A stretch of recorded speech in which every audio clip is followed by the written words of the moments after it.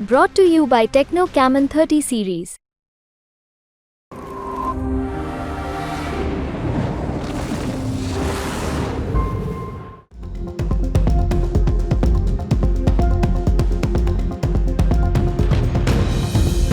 आज जिस तरह से भारत दुनिया में एक के बाद एक रिकॉर्ड बनाए जा रहा है, उससे भारत के पड़ोसी देश हैरान हैं।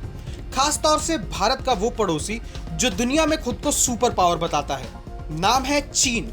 अब चीनी सरकार का तोता अखबार ग्लोबल टाइम्स भारत की तारीफों के पुल बांध रहा है, लेकिन इसी ग्लोबल टाइम्स ने पीएम मोदी के प्रति अपना जहरीला रूप दिखाया है।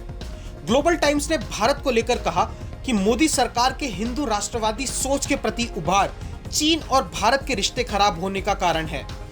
पीपल्स रिपब्लिक ऑफ चाइना की स्थापना के तुरंत बाद भारत के साथ राजनीतिक संबंध स्थापित हो गए थे, जो 1954 तक चरम सीमा पर थे। हालांकि उसके बाद दोनों देशों के बीच सांस्कृतिक आदान प्रदान में उतार चढ़ाव आया है और पिछले कुछ वर्षों में ये गंभीर रूप से बाधित हुआ है।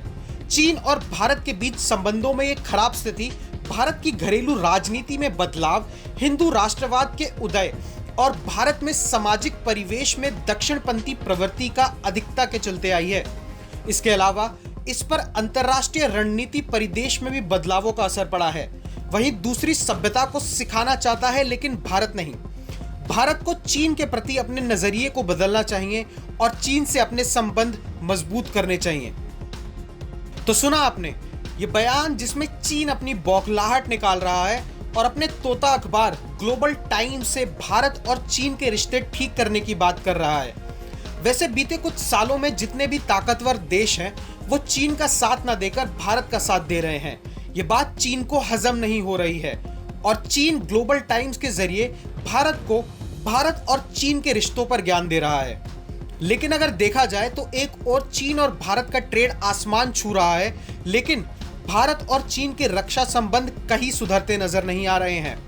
अब देखना होगा कि चीन के मुखपत्र कहे जाने वाले ग्लोबल टाइम्स का ये रिपोर्ट चीन के रिश्ते में कौन सा नया मोड़ लेकर आता है। फिलहाल इस खबर में इतना ही। चीन को लेकर आपकी क्या राय है, कमेंट बॉक्स में जरूर बताएं। ब्यूरो रिपोर्ट, भारत तक।